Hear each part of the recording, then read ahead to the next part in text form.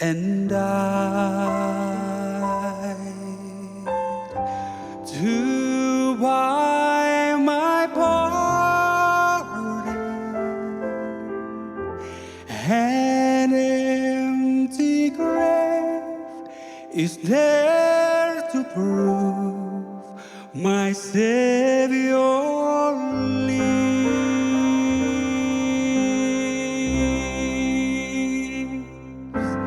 Because He lives, I can face tomorrow. Because He lives, all fear is gone. Because I know He holds the future, and life is worth the living just because He lives. And then one day I'll cross that river. I'll fight life's final war with pain. And then as death gives way to victory, I'll see the lights of glory, and I'll know He reigns. Because He lives, I can face tomorrow. Because He lives, all fear is gone. Because I know He holds the future, and life is worth the living just because He lives. Because He lives.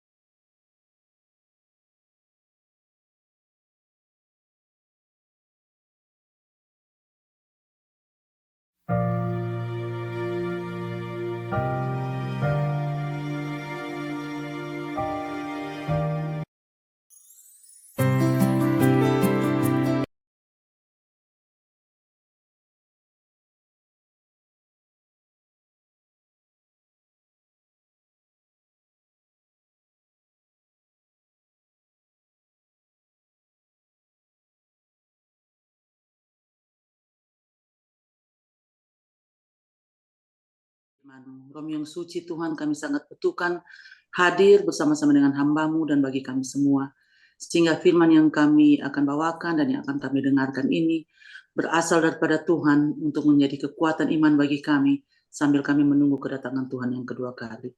Kami berdoa ini hanya di dalam nama Yesus Juru Selamat, penebus dosa kami. Amin. Amin. Jadi firman Tuhan pada malam ini saya ambil dari buku Kejadian 6. Kalau saudara ada Alkitab, kita buku ini dari buku Kejadian 6 ayat 1 sampai 22. Saya tidak akan baca seluruh chapter ini, tetapi ini adalah cerita yang sudah lazim.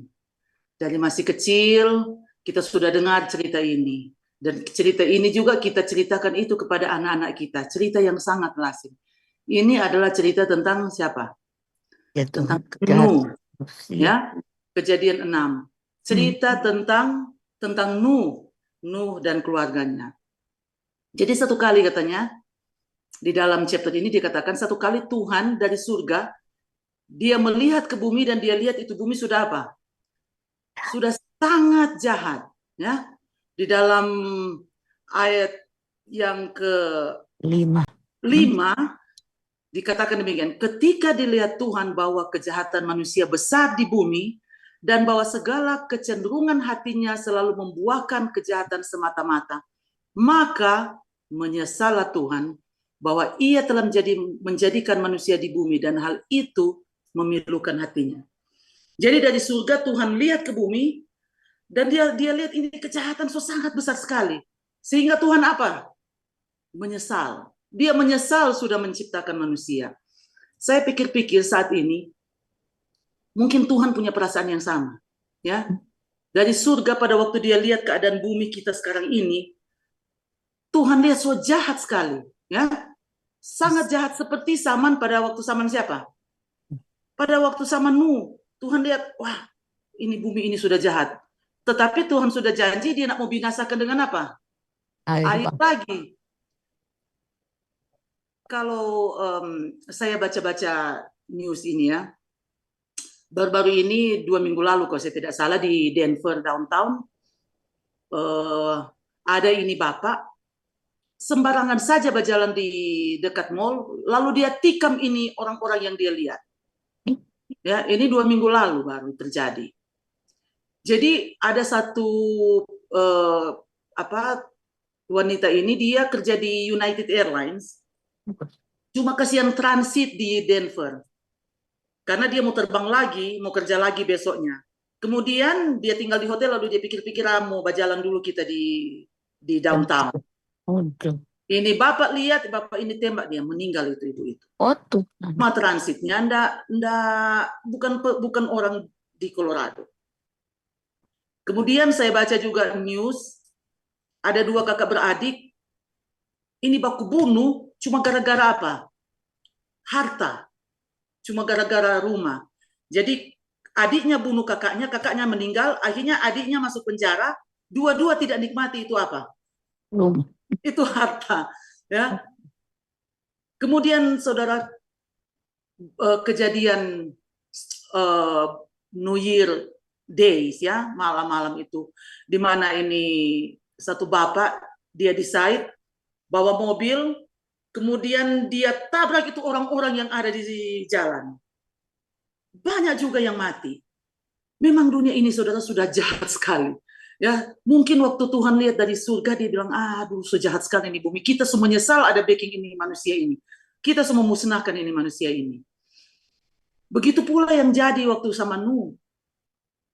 Waktu Tuhan lihat bumi ini sudah semakin jahat, akhirnya Tuhan merencanakan untuk apa? Tuhan bilang, saya mau bunuh ini, memusnahkan ini ciptaan saya ini. Mau binatang, dia bilang, manusia dia mau apa? Dia memusnahkan oleh karena kejahatan mereka sudah sangat jahat dan itu memilukan hati Tuhan. Terkait dengan ini masalah imigrasi, saya lihat news tadi malam. Ya, semua kita sudah tahu.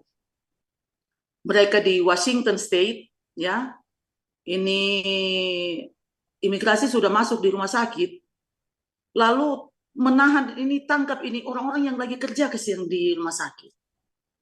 Kemudian dapat perintah mesti masuk di gereja-gereja. Jadi di gereja-gereja diluaskan untuk masuk, saudara. Tidak ada lagi merasa bahwa menghormati kesucian dari gereja itu. Dan saya tahu itu memilukan hati Tuhan. Ya, kejahatan yang kita lihat pada akhir zaman ini. Kemudian dikatakan, berfirmanlah Tuhan dalam ayat 7, aku akan menghapuskan manusia yang telah kuciptakan itu dari muka bumi. Baik hewan, manusia maupun hewan dan binatang melata dan burung-burung di udara. Jadi Tuhan sejanji, Tuhan berencana, dia mau hapuskan, dia mau musnahkan. Tetapi dari kejahatan yang begitu banyak di antara manusia pada zaman Nuh, ayat 8 dikatakan apa? Kalau siapa yang dapat? Yang boleh baca ayat 8, Kejadian 6 ayat 8, apa yang dikatakan di situ? Mata kok susah. Oh, kemana dia? Kejadian 6 ayat 8. 8. Lupa ya ini mata.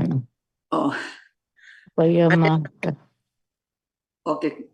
Ormas tuh bisa baca. Kecil Ibu Ulut boleh kecil. baca? Mhm. Kejadian 6 ayat 8. Mhm. Tetapi Nuh mendapat kasih karunia di mata Di Tuhan. mata Tuhan. Jadi dari semua manusia yang jahat, ternyata masih ada siapa? No. Orang yang takut akan Tuhan. Dalam ayat 8 dikatakan, tetapi Nuh mendapat kasih karunia di mata Tuhan. Kenapa Nuh dapat kasih karunia di mata Tuhan? Dia takut. Ada di ayat 9, coba baca ayat 9. Kenapa Nuh dapat kasih karunia di mata Tuhan? Jawabannya ada di ayat 9. Kejadian 6. Nuh adalah seorang yang benar dan tidak bercela di antara orang-orang sesamanya. Dan Nuh itu hidup bergaul dengan Allah. Ya. Jadi kenapa Nuh mendapat kasih karunia di mata Tuhan? Karena di zamannya, di tengah-tengah kejahatan orang-orang di zaman itu, dikatakan apa? Nuh hidup benar dan bercela. Tidak Dan bercela.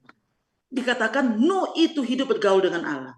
Saudara, kalau hidup bergaul dengan Allah, di kata lain, tuh Nuh itu batemang dengan Tuhan.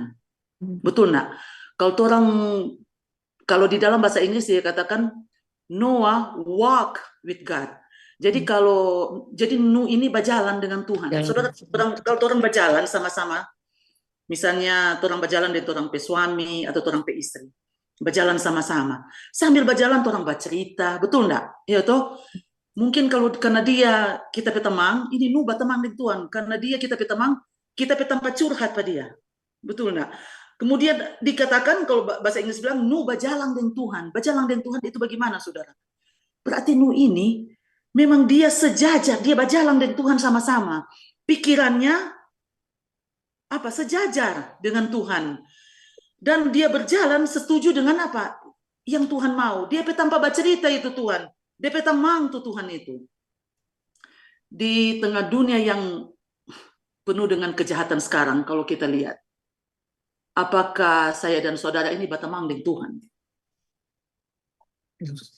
Ya, apakah orang ini batamang dengan Tuhan?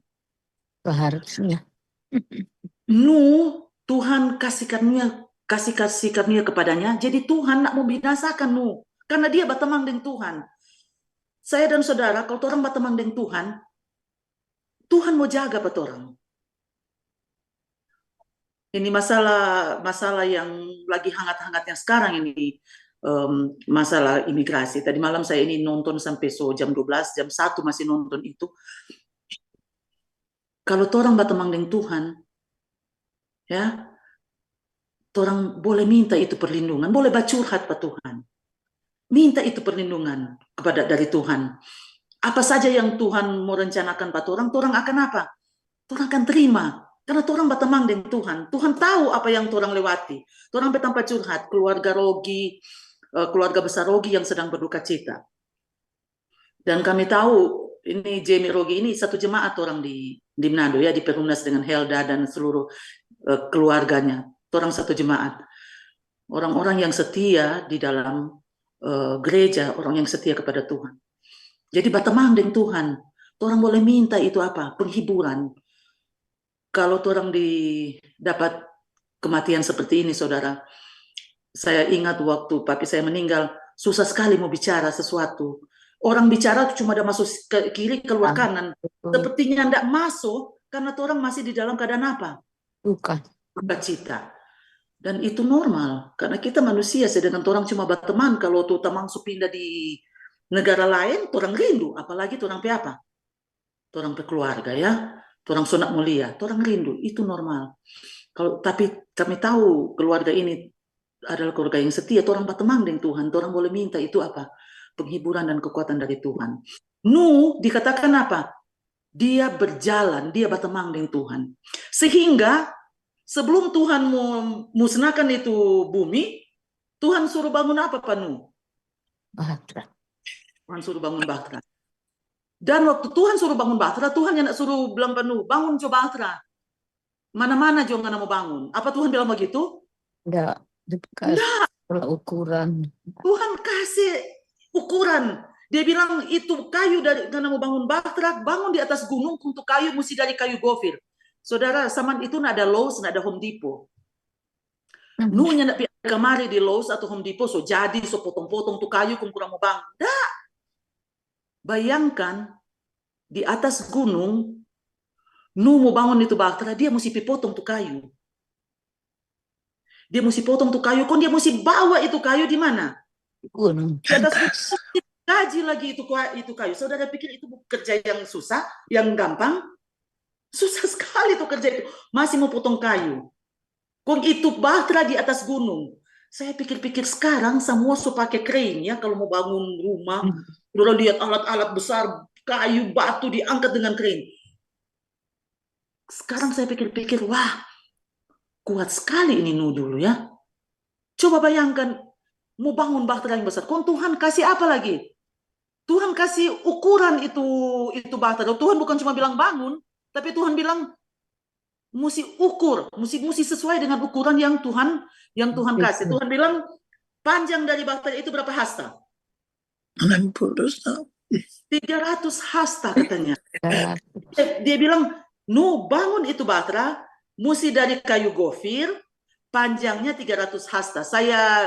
Saya Google, itu 300 hasta itu berarti panjangnya 137, hampir 138 meter. Itu cuma panjang. Kemudian DP tinggi 30 hasta, berarti 13,7 meter. Itu tinggi. DP lebar 22,6 meter. Coba bayangkan Tuhan kasih detail penuh. Mesti gergaji sama persis. Ada kok DP. Ya, Tuhan itu saudara, Tuhan kita itu Tuhan yang berperaturan. Tuhan kita itu Tuhan yang apa? Yang into details. Kalau dia mau suruh bangun sesuatu, mau buat sesuatu, Tuhan bukan cuma suruh. Dia kasih apa? Kasih instruction. Nuh mesti bangun begini, panjang begini. Kemudian mesti katanya, saya baru baca, sudah berapa kali saya baca ini baru, tapi saya baru baca. Di situ Tuhan bilang, bangun dari atas dulu, pakai baru tutup, baru bangun 3 tingkat. Coba bayangkan Tuhan dah suruh Nuh ini. Cuma Nuh dengan DP anak-anak. Saya pikir DP anak-anak baku tolong, mau angka-angka itu kayu, saudara mau potong-potong sesuai dengan yang Tuhan sudah kasih itu perlu waktu. Nuh harus bangun Bahtera ini lama sekali karena butuh waktu untuk bangun Bahtera ini. Saya dan saudara di Gereja Lifehouse, kita ini baru memilih pegawai-pegawai jemaat ya. Dari antara manusia yang begitu jahat di atas bumi ini, saya dan saudara dipilih Tuhan untuk melaksanakan itu pekerjaan Tuhan di dalam jemaat. Ada yang terpilih diakon, diakones, ada yang terpilih ketua potluck, ada guru sekolah sahabat, ada pemimpin sekolah sahabat, ada ketua jemaat, ada sekretaris, ada bendahara. Seringkali ini banyak yang saya jadi. Waktu saya dulu masih ketua jemaat di gereja Everett, ada satu ibu datang kepada saya, dia bilang begini, Elin, kita kok ini, aduh sibuk sekali, malas sekali kita mau sibuk-sibuk di gereja. Jangan pilih-pilih Pak kita, karena kita sibuk sekali kerja pulang, so lelah. Lebih baik suruh Jo, kalau mau perlu kita kasih doi Jo. Dia bilang. Lalu saya bilang sama dia begini, saudari kalau mau bilang sibuk, semua orang di Amerika ini sibuk, betul enggak? Orang kerja dari pagi sampai malam. Tetapi kalau Tuhan so pilih, itu adalah apa? Satu hal yang khusus. Tuhan pilih ini Nuh. Tuhan suruh Nuh yang bangun itu Bahtera. Coba kalau saya dan saudara ada di posisi Nuh waktu itu. Mau suruh bangun Bahtera besar sekali begini, panjang. Kong di atas gunung. Kalau Nuh tukang komplain kepada orang, saudara, Nuh sudah mau bangun tuh Bahtera. Siapa mau bangun Bahtera besar begitu? Iya toh? Nu komplain. Orang seringkali tidak sadar. Ini juga teguran buat saya. Di dalam kita bekerja bagi Tuhan di gereja, kita seringkali banyak komplain juga, saudara. Ya, banyak sekali komplain karena mungkin kita sudah terlalu capek. Tetapi coba bayangkan kalau nunya ndak baking apa tuh Tuhan dah suruh pada dia.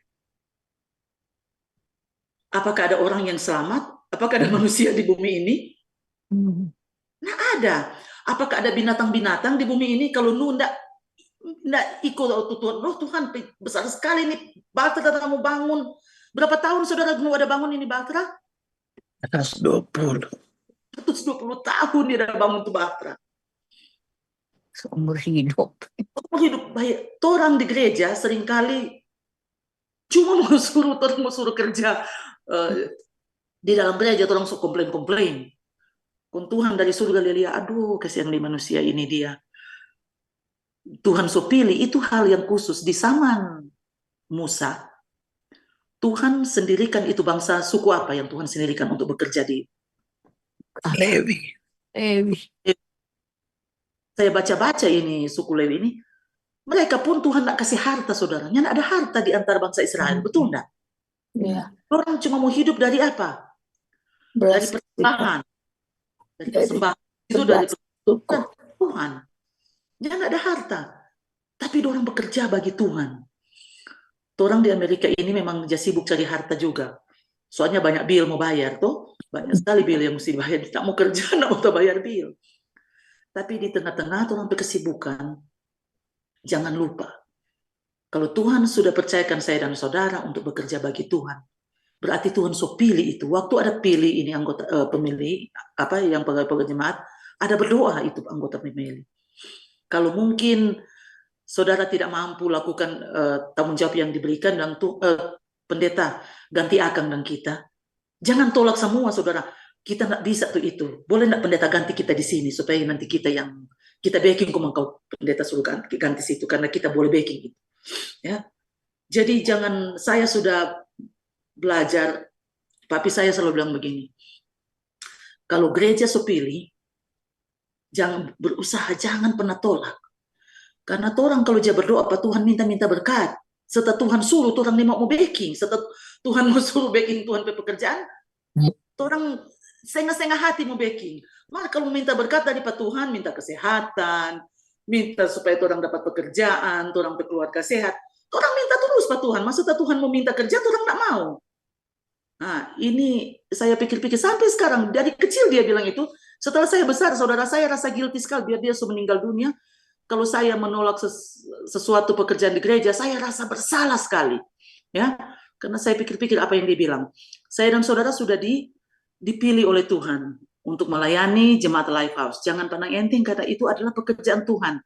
Di sini dikatakan di dalam Ellen White katakan begini, di dalam buku Christian Service halaman 96 paragraf 6. Dia katakan begini, biarkan masing-masing anggota gereja melakukan pekerjaan yang telah ditetapkan untuk mereka, yaitu untuk menyebarkan firman Tuhan dan untuk memberikan terang.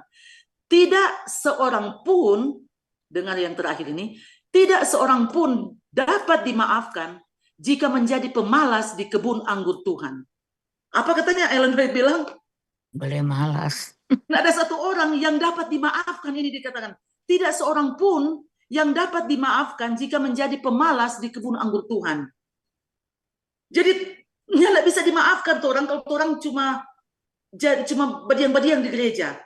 Ya, kalau suruh doa buka, kalau saudara bisa, walaupun saudara tidak bisa, minta Pak Tuhan, Tuhan akan kasih kebijaksanaan. Suruh bikin mau pimpin acara, kalau boleh backing, mari kita buat. Ya, karena tidak bisa dimaafkan katanya orang yang malas di dalam apa? Kebun anggur Tuhan. Dan saudara tahu cerita yang terakhir adalah apa? Pada waktu Nuh sudah bikin semua ini, dia masih panggil orang datang. Mari datang bertobat masuk di Bahtera. Karena apa? Mau ada air bah. Orang-orang di sekitar itu tidak apa? Tidak percaya karena musim kemarau terlalu panjang. Ya, musim kemarau terlalu panjang sampai dia bilang, mana mungkin mau ada hujan, apalagi mau banjir. Nggak mungkin. Dorang nggak masuk. Sekarang saudara, saya dan saudara punya tanggung jawab untuk kasih tahu ke orang-orang di sekitar kita, kepada keluarga kita, bahwa Tuhan tidak lama lagi akan datang. Ya. Dan mari kita tetap bekerja di dalam ladang Tuhan. Tanggung jawab sekecil apapun yang Tuhan berikan, ada berkat khusus. Seperti bangsa Lewi, suku Lewi waktu Tuhan kasih mereka untuk melayani Ka'bah Tuhan, ada berkat khusus yang Tuhan kasih kepada mereka. Waktu Tuhan suruh Nuh bangun Batra, ada berkat khusus yang Tuhan kasih kepada Nuh, sehingga cuma Nuh yang diselamatkan. Saya dan saudara waktu Tuhan pilih untuk memegang tanggung jawab di dalam gereja, ada berkat khusus yang Tuhan kasih kepada kita. Asalkan kita lakukan itu dengan apa? Dengan jujur, kita lakukan itu dengan minta pertolongan Tuhan, dengan sungguh-sungguh. Nggak usah pikir, nggak usah ingat-ingat apa orang bilang, saudara. Backing juga, karena ini pekerjaan Tuhan, kreditnya sama Tuhan. Bukan sama manusia ini kredit. Memang seringkali tuh orang mungkin bicara nggak kontrol sehingga bikin tersinggung. Orang mungkin sampai orang semaraju so mau bekerja bagi Tuhan. Jangan karena orang saudara orang maraju pak Tuhan, bukan Tuhan yang ada bicara itu, pun orang yang maraju pak Tuhan. Iya tuh. Jadi orang mesti berusaha. Orang juga seperti Om Ari punya doa tadi, orang mesti perbiasakan itu berbicara apa? Lemah lembut satu dengan yang lain. Berusaha kalau boleh, orang tidak boleh baku singgung perasaan. Lebih baik orang baku jujur terus terang. Kung habis itu habis daripada apa? Orang simpang-simpang Di belakang. itu untuk bercerita di belakang. Nah itu yang akan membuat gereja pecah. Kalau orang so sakit hati, kung so bercerita di belakang, lebih baik orang apa? Pendeta, kita kok sudah tersinggung tuh tante tuh, tapi sudah ada bilang sana, atau ibu ini udah bilang, ibu Eling udah bilang begini, aduh so tersinggung kita pendeta, boleh ndak kasih baku dapat orang pendeta? Lebih baik begitu saudara, supaya orang ada apa? Orang dapat itu berkat di dalam apa? Di dalam melayani Tuhan. Jadi kalau Tuhan suruh, ingatlah bahwa ada berkat khusus bagi saya dan saudara di dalam melayani Tuhan, di dalam pekerjaan Tuhan. Tuhan akan berkati kita. Walaupun mungkin kita tidak akan menjadi kaya, tetapi Tuhan akan selalu apa? Memenuhi kebutuhan kita. Jadi biarlah pelajaran ini, pelajaran dari Nuh, ini akan menjadi pelajaran bagi kita semua ya, bagi saya, bagi saudara-saudara, tanggung jawab apa saja, bagian apa saja yang diberikan oleh gereja untuk kita lakukan, mari kita lakukan itu dengan sungguh-sungguh, seperti kita melakukannya untuk Tuhan, bukan untuk orang. Karena ini adalah apa? Ini adalah pekerjaan Tuhan. Dan ingat, orang yang melayani Tuhan, ada berkat khusus untuk orang-orang tersebut. Saya bawa pelajaran ini dalam nama Yesus. Amin. Amen.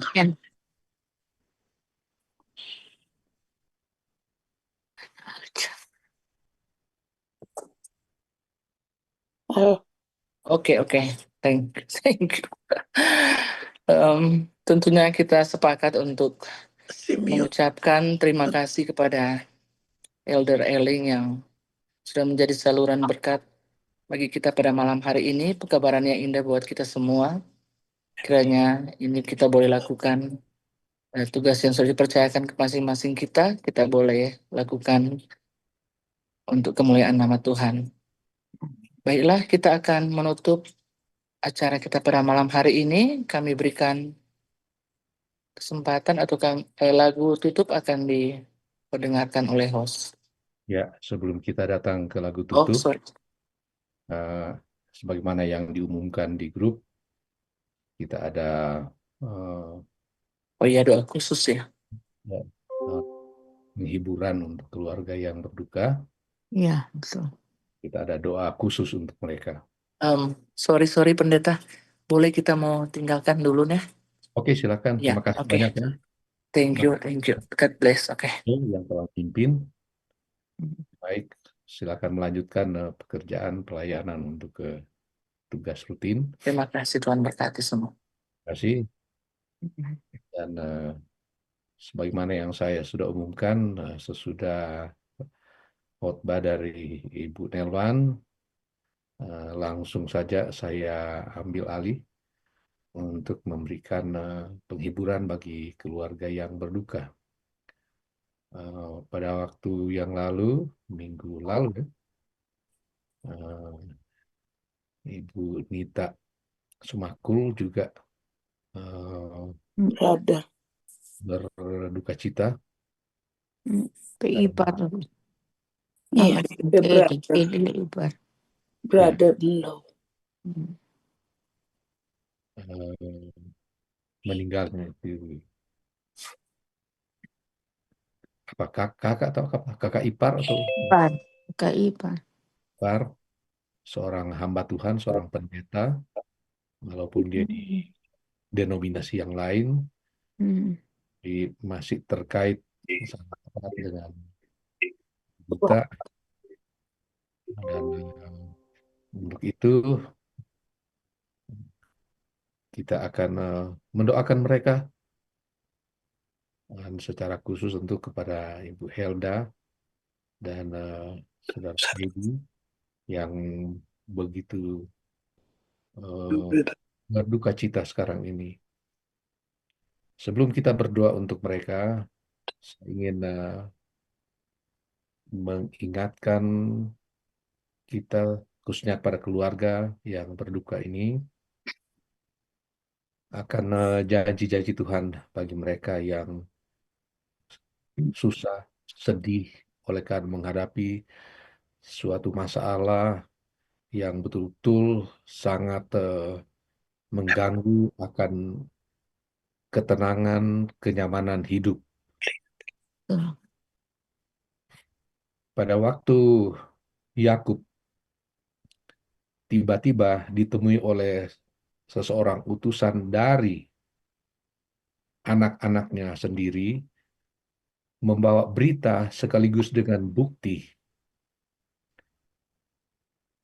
Dia perlihatkan akan bukti itu, lalu berkata bahwa anak Tuhan sudah meninggal, sudah mati, dimakan hewan. Ini buktinya.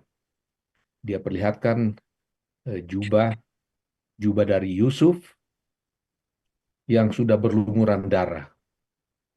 Dan Yakub sendiri ketika melihat itu, dia bilang, aduh, sudah tentu anak saya Yusuf itu telah mati. Sudah pasti dia sudah mati. Dia tentu pada waktu mendengarkan berita itu sangat-sangat kaget. Sangat kaget. Saya bisa kaitkan bagaimana perasaan dari Ibu Helda dan Katie ketika mendengarkan berita yang sama, berita kematian. Mengapa ini sangat mengagetkan mereka? Oleh karena menurut kesaksian Ibu Helda, dia tahu sudah pulang ke rumah, sudah bagus, sudah dirawat di rumah sakit. Nah, ternyata pada hari Sabtu yang lalu dibawa kembali ke rumah sakit tanpa ada informasi ke Ibu Helda, tanpa ada informasi dari keluarga di Manado ke Ibu Helda bahwa kakaknya ini, kakak yang tertua ini, Jamie, dibawa kembali ke rumah sakit. Tidak ada berita. Nanti muncul berita tadi pagi subuh bahwa dia telah meninggal. Gimana itu perasaan itu? Sangat-sangat sedih. Kaget sekali sebagaimana Yakub mendengar berita dari utusan anak-anak Yakub ini, memberitahukan tentang kematian anak dari Yakub, yaitu Yusuf. Betul-betul sangat syok. Kita bayangkan orang yang mendapat berita yang sangat menyedihkan itu, dia menatap ke depan hampa.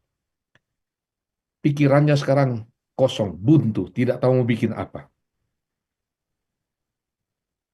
Jalan satu-satunya adalah menangis. Jalan satu-satunya adalah menangis. Jadi tadi pagi, masih pagi-pagi sekali itu ketika saya diinformasikan oleh Saudara Kedi, lalu kita berdoa, dan saya bilang dalam doa saya bahwa air mata dari Ibu Helda itu berharga di mata Tuhan. Melihat akan air mata itu. Tuhan melihat akan penderitaannya. Tuhan melihat akan kesedihan akibat perpisahan yang tiba-tiba saja terjadi. Dan saya bilang pada dia, ya itu silakan menangis, itu wajar. Orang yang berduka wajar itu menangis, itu kita tidak bisa bilang jangan menangis. Yesus sendiri menangis ketika datang ke rumah keluarga Lazarus. Saudara-saudara Lazarus sendiri bilang, aduh, kalau saja engkau datang waktu dia mendapat berita bahwa Lazarus sakit, pasti Lazarus tidak akan mati. Dan dia melihat akan kesedihan dari keluarga ini. Dia menangis dengan orang yang menangis. Dia gembira dengan orang yang gembira. Dia meneteskan air mata dengan orang-orang yang meneteskan air mata, seperti pengalaman Ibu Helda tadi. Sangat sedih. Saya hampir tidak bisa stop berdoa tadi pagi. Oleh karena saya pikir berita seperti itu kalau kena kepada saya, mungkin saya lebih shock, mungkin saya lebih sedih dari dia. Tapi inilah yang sudah jadi. Jadi pada waktu kami pergi tadi siang berkunjung ke rumah, lalu dia langsung tunjukkan, sementara terjadi video call dengan keluarga yang ada di Manado. Mereka kasih tunjuk, ya, itu kamera diarahkan ke jenazah. Lalu saya lihat ketika Ibu Helda ini memperhatikan, dia punya mata memang sudah merah, lalu tetap menangis. Sedih sekali dia. Saya hanya bisa berdoa untuk dia di rumah dan untuk Brother Katie dan sebagian keluarga yang ada di situ. Dan sambil mengatakan, kita saja kita serahkan saja kepada Tuhan. Kadang-kadang kita tidak mengerti akan rencana Tuhan untuk sekarang ini. Tapi nanti kemudian kita akan mengerti itu. Orang yang bersedih dalam keadaan seperti itu, Tuhan pasti ada janji. Tuhan pasti ada janji. Mungkin saudara ingat salah seorang tokoh gereja Advent yang namanya John N. Loughborough. John N. Loughborough ini dialah tokoh gereja yang pertama membuat peraturan gereja, atau yang pada waktu itu disebut sebagai penuntun pegawai jemaat. Yang waktu itu pada tahun 1907, judul penuntun jemaat itu adalah The Church, Its Organization, Order, and Discipline. Gereja,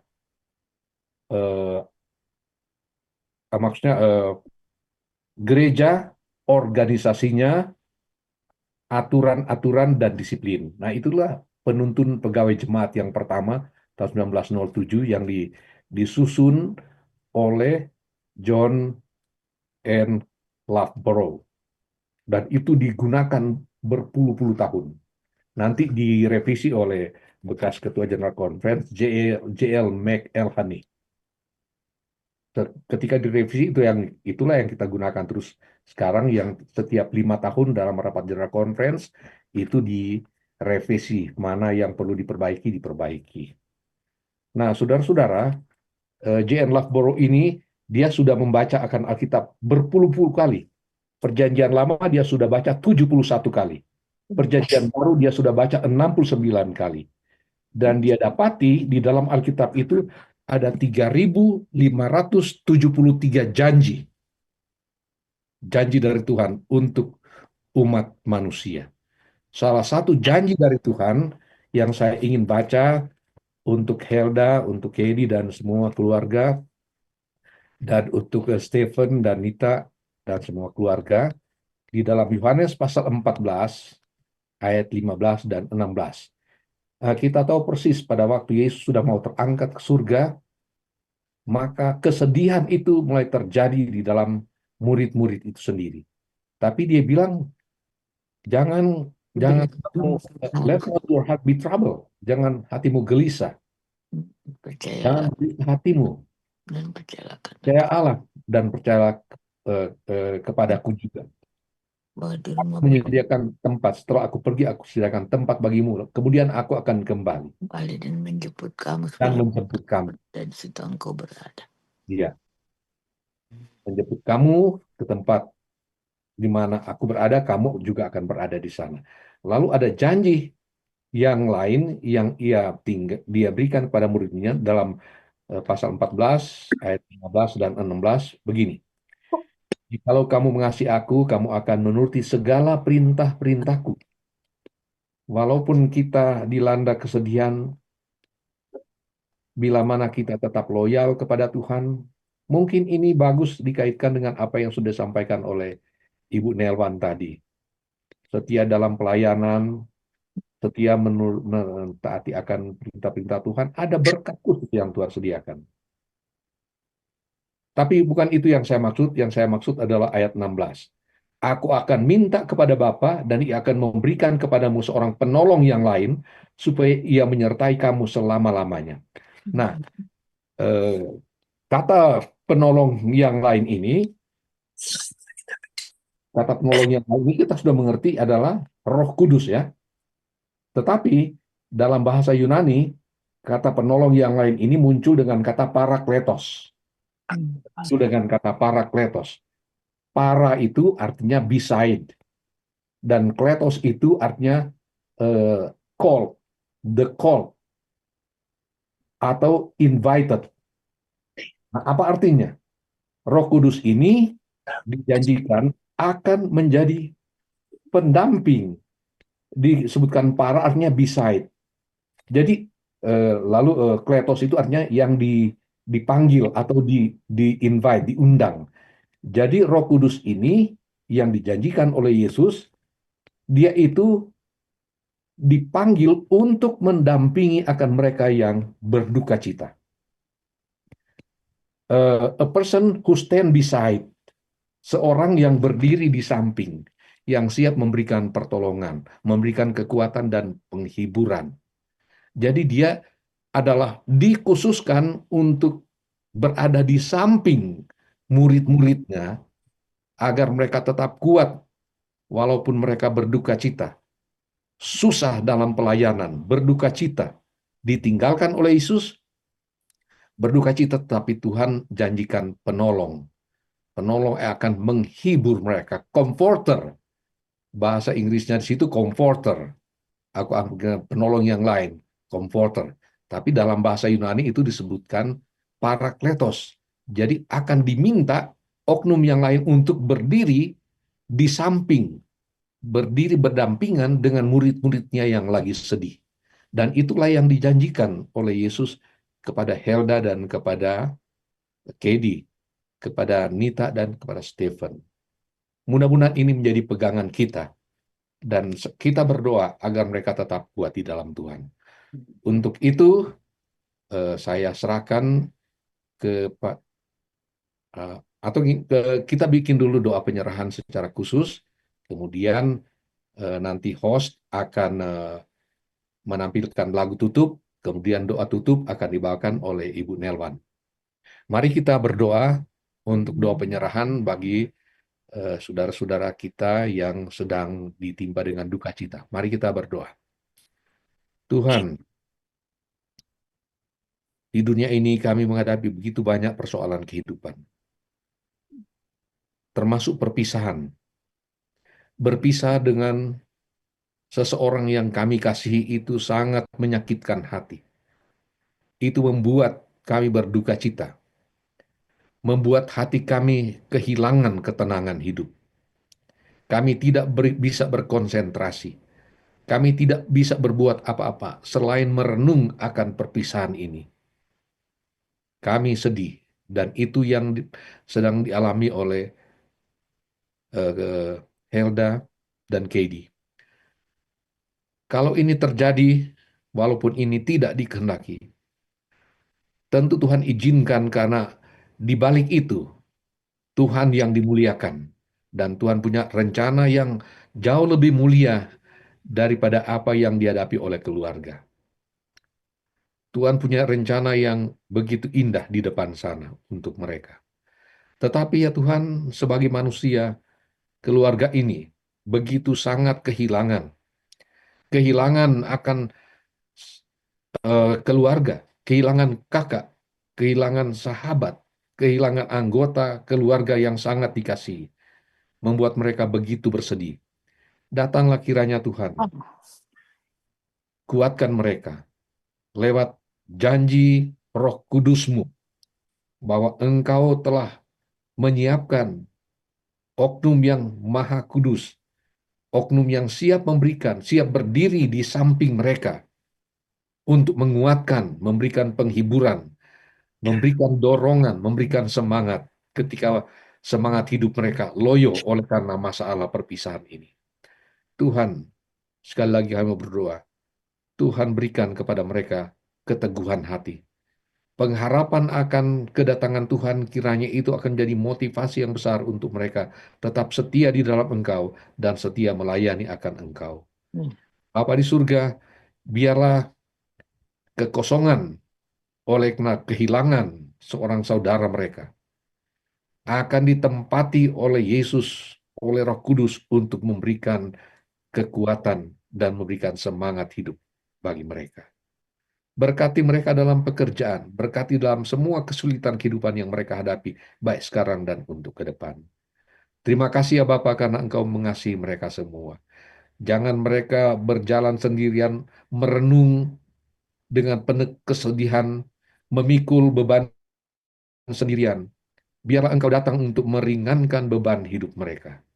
Dan terima kasih untuk kebaikan Tuhan. Terima kasih untuk mendengarkan akan permohonan ini. Dan kami mau serahkan kedua keluarga ini ke dalam tangan pemeliharaan, perlindungan, dan topangan Tuhan. Kami sudah berdoa dan mengucap syukur dalam nama Yesus, penebus dan juru selamat kami. Amin.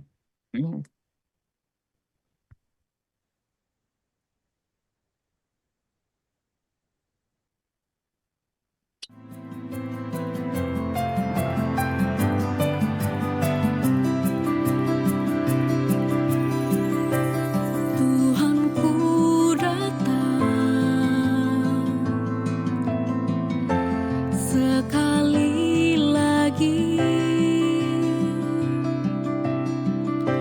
jangan tolakkan, jangan